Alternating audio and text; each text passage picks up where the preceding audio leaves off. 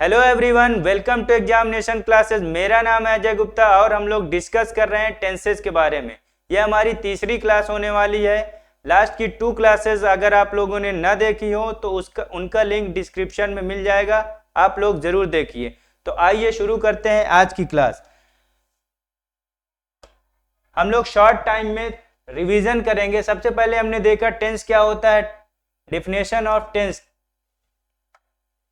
Tense changes the form of the verb to express the time of an action। बात करें हिंदी में तो कार्य के समय के अनुसार क्रिया के रूप में होने वाले परिवर्तन को हम क्या कहते हैं? टेंस कहते हैं। फिर हमने देखा काइंड्स ऑफ टेंस।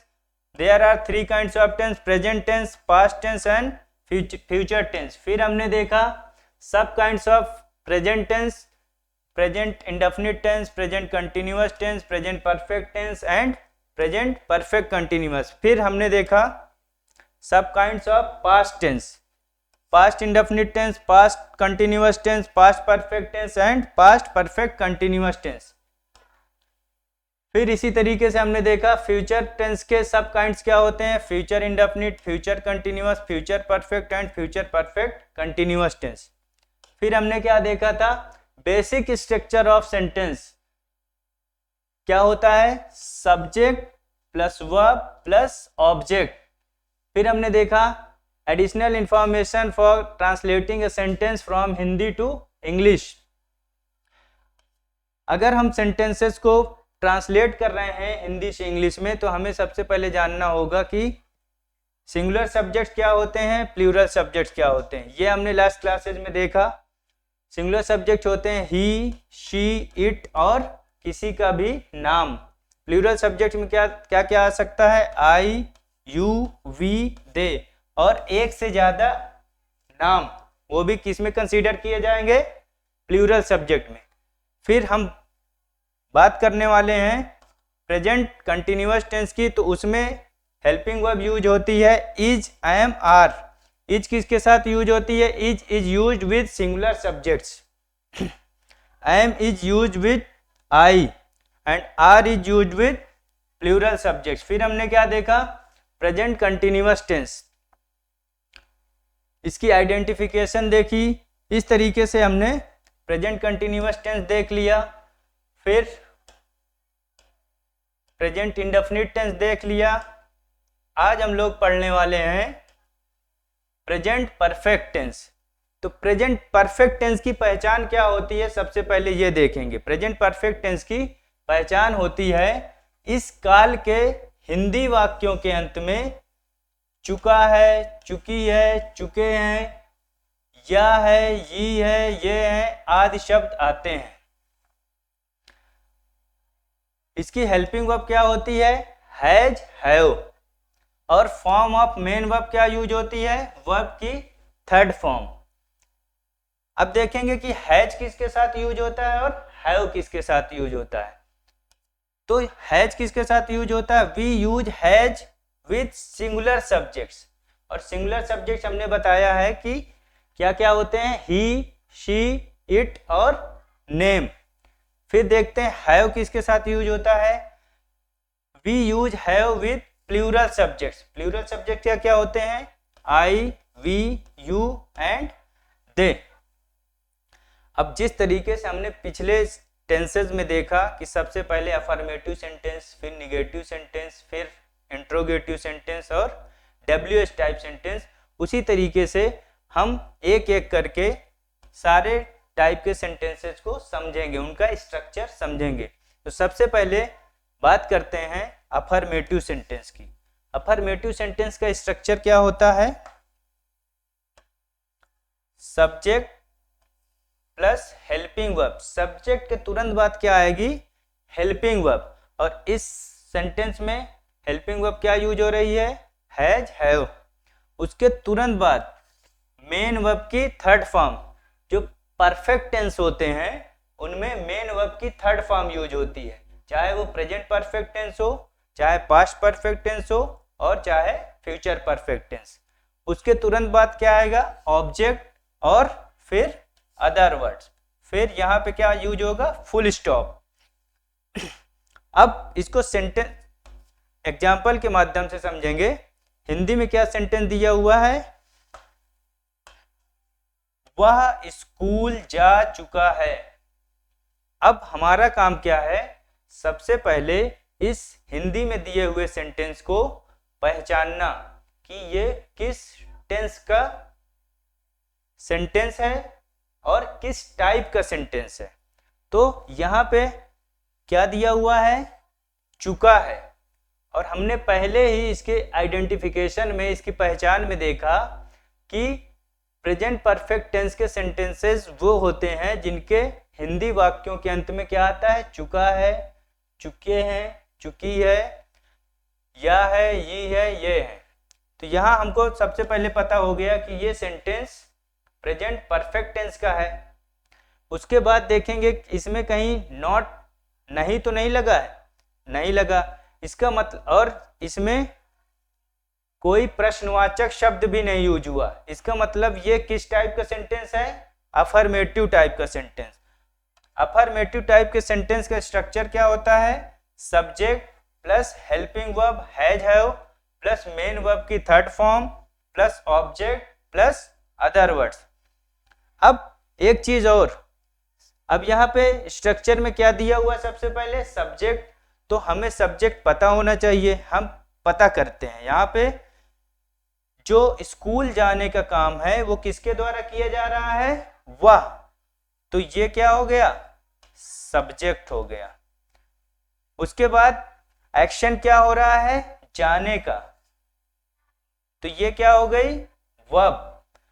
कहां जाने का काम हो रहा है, स्कूल, ये क्या हो गया, ऑब्जेक्ट। तो इसका ट्रांसलेशन कर देंगे इजीली, जैसे जैसे इसमें स्ट्रक्चर में कहता जाए वैसे वैसे हमको यहां पे रखते जाना है। सबसे पहले क्या कह रहा है, सब्जेक्ट, सब्जेक्ट क्या है, वह को इंग्लिश में क्या कहते हैं, ही, लिख दिया, हमने लिख दिया ही। उसके तुरंत बाद क्या आ रहा है, हेल्पिंग वर्ब हैज हैव। अब यहाँ पे हमने पहले ही देख रखा है कि हैज किसके साथ यूज होता है और हैव किसके साथ यूज होता है। तो ही कैसा सब्जेक्ट है, सिंगुलर सब्जेक्ट, और सिंगुलर सब्जेक्ट के साथ क्या यूज होता है, हैज। उसके तुरंत बाद क्या है, मेन वर्ब। मेन वर्ब क्या है, जाना, जाने को इंग्लिश में क्या कहते हैं, गो, लेकिन कैसी फॉर्म इसकी, थर्ड फॉर्म। तो गो का थर्ड फॉर्म होता है गॉन, फर्स्ट फॉर्म गो या गोज, सेकेंड फॉर्म वेंट, और थर्ड फॉर्म गॉन। तो यहाँ क्या यूज होगा, गॉन। उसके बाद कहाँ, स्कूल, और इन दोनों के बीच रिलेशन दिखाने के लिए क्या यूज होगा, to. He has gone to school, ये हो गया इसका ट्रांसलेशन, वह स्कूल जा चुका है, he has gone to school. Next देखेंगे, अब बात करते हैं निगेटिव टाइप के सेंटेंसेस की। इसका स्ट्रक्चर क्या होता है, निगेटिव में बस क्या है, नहीं आ जाएगा, और ये जो नहीं है इसके लिए वर्ड यूज होता है नॉट, और नॉट कहाँ पे यूज होगा, हेल्पिंग वर्ब और मेन वर्ब के बीच में।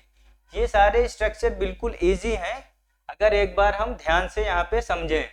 सबसे पहले क्या आएगा, सब्जेक्ट, उसके तुरंत बाद हेल्पिंग वर्ब हैज हैव, उसके तुरंत बाद नॉट, फिर मेन वर्ब की थर्ड फॉर्म, फिर ऑब्जेक्ट, फिर अदर वर्ड्स। अभी हम बिल्कुल बेसिक से चल रहे हैं, इसलिए इजी एग्जांपल्स ले रहे हैं। ये अदर वर्ड्स वाले एग्जांपल्स भी आगे समझेंगे, तो सब यहाँ पे एग्जांपल के थ्रू हम समझेंगे। क्या दिया हुआ है, मैं खाना नहीं खा चुका हूं। अगर इसी को हम अदर वर्ड्स में लिखें तो इसको हम लिख सकते हैं, मैंने खाना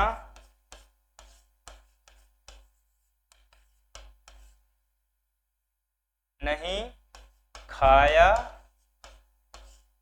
है। ये दोनों सेंटेंसेस एक ही हैं, मैं खाना नहीं खा चुका हूं या मैंने खाना नहीं खाया है, क्योंकि वहां आइडेंटिफिकेशन में हमने क्या लिखाया है कि इस काल के हिंदी वाक्यों के अंत में क्या आता है, या है, ये है, ये है। तो इस तरीके से इसको आइडेंटिफाई करेंगे। अगर चुका है, चुकी है, चुके हैं दिया है तो वो तो परफेक्ट में है ही। अगर या है, ये है, आए, तब भी वो सेंटेंस किस टेंस में होगा? प्रेजेंट परफेक्ट टेंस में। तो यहां सबसे पहले स्ट्रक्चर में क्या दिया हुआ है? सब्जेक्ट। हम सब्जेक्ट आइडेंटिफाई करेंगे।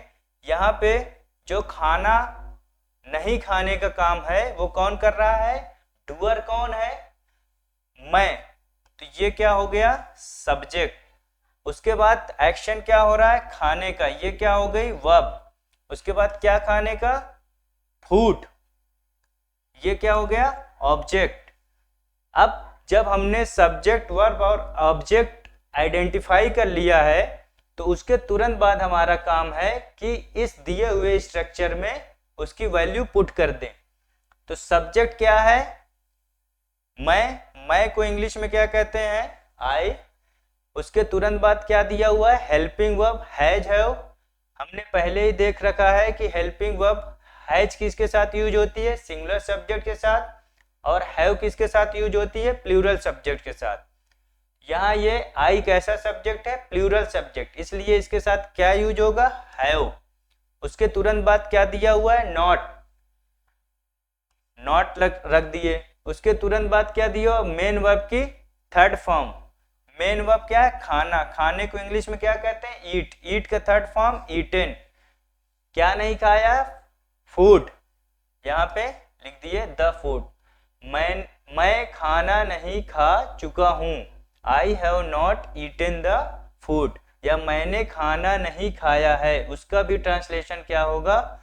I have not eaten the food. अब समझते हैं इंट्रोगेटिव टाइप के सेंटेंसेस को। इसमें क्या होता है? हेल्पिंग वर्ब पहले आ जाती है।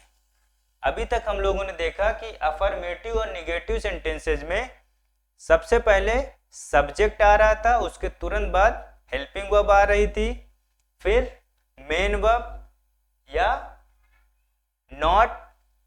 लेकिन यहां पे क्या है? हेल्पिंग वर्ब पहले आ गई, उसके तुरंत बाद फिर सब्जेक्ट आ जाएगा। मतलब सब्जेक्ट के पहले जो हेल्पिंग वर्ब आ रही थी अब सब्जेक्ट के पहले आ गई। पहले सब्जेक्ट के बाद आ रही थी, अब सब्जेक्ट के पहले आ गई। उसके तुरंत बाद नॉट, फिर मेन वर्ब की third form object plus other word plus question mark. Example के थ्रू समझेंगे। क्या तुम किताब नहीं पढ़ चुके हो? अब इसमें सबसे पहले हमें किसकी जरूरत है? हेल्पिंग वर्ब की। लेकिन उससे पहले हमारा काम क्या है कि दिए हुए सेंटेंस में सब्जेक्ट, वर्ब और ऑब्जेक्ट आइडेंटिफाई कर लें। तो इसमें सब्जेक्ट क्या हो जाएगा? कौन नहीं पढ़ चुका है? तुम क्या हो गया? सब्जेक्ट। एक्शन क्या हो रहा है? पढ़ने का। पढ़ना क्या हो गया? वर्ब। क्या नहीं पढ़ चुका? किताब। ये क्या हो गया? ऑब्जेक्ट। अब इजीली इसमें रख देंगे। अब देखिए यहाँ पे सब्जेक्ट क्या है? तुम कैसा सब्जेक्ट है? Plural subject. तो प्लूरल सब्जेक्ट के लिए हम कौन सी हेल्पिंग वर्ब यूज करते हैं? हैव। तो क्या लगा देंगे? हैव। उसके तुरंत बाद सब्जेक्ट यू, फिर क्या आ जाएगा? नॉट। फिर पढ़ने को इंग्लिश में क्या कहते हैं? रीड। क्या नहीं पढ़ रहा? बुक। तो इसका ट्रांसलेशन क्या हो जाएगा? Have you not read a book. Next slide में देखते हैं WH टाइप सेंटेंसेस। इसका स्ट्रक्चर सेम इंट्रोगेटिव टाइप के सेंटेंसेस का जो स्ट्रक्चर होता है वैसे ही होता है, लेकिन इसमें क्या लग जाता है? WH। फिर उसके बाद helping verb has, have plus subject plus not plus main verb की third form plus object plus other words. Example देखते हैं। वे गाना क्यों नहीं गा चुके हैं? तो इसमें सबसे पहले पता करेंगे कि सब्जेक्ट क्या है। गाना कौन नहीं गा चुका? वे। तो ये क्या हो गया? सब्जेक्ट। उसके बाद एक्शन क्या है? गाने का। तो ये हो गया वर्ब। क्या नहीं गाया? गाना। मीन्स ये क्या है? ऑब्जेक्ट। तो सबसे पहले यहाँ पे WH का मतलब यहाँ पे ये जो क्या, क्यों, कैसे दिया होता है इसकी इंग्लिश लिखनी है। तो क्या है, क्यों, क्यों को इंग्लिश में क्या कहते हैं, वाई। वाई, उसके बाद देखिए ये सब्जेक्ट कैसा है, प्लूरल। प्लूरल सब्जेक्ट के साथ कौन सी हेल्पिंग वर्ब यूज होगी, हैव। तो वाई हैव। उसके बाद वे को इंग्लिश में क्या कहते हैं, दे। फिर क्या दिया, नहीं, नहीं के लिए क्या लगा देंगे, नॉट। जैसे जैसे स्ट्रक्चर में कह रहा वैसे वैसे हम अप्लाई कर रहे हैं। WH, उसके बाद हेल्पिंग वर्ब, फिर सब्जेक्ट, फिर नॉट, फिर मेन वर्ब। मेन वर्ब क्या है, गाना गाना। गाने गाने को इंग्लिश में क्या कहते हैं, सिंग अ सॉन्ग। लेकिन यहाँ पे वर्ब की कौन सी फॉर्म यूज हो रही है, थर्ड फॉर्म। तो यहाँ पे क्या हो जाएगा, संग, संग अ सॉन्ग। क्योंकि यहाँ पे क्या होता है, इसका फर्स्ट फॉर्म होती है सिंग, सेकेंड फॉर्म होती है sang और थर्ड फॉर्म होती है संग। तो इसलिए यहाँ पे इसका ट्रांसलेशन क्या हो जाएगा, वे गाना क्यों नहीं गा चुके हैं, वाई हैव दे नॉट संग अ सॉन्ग।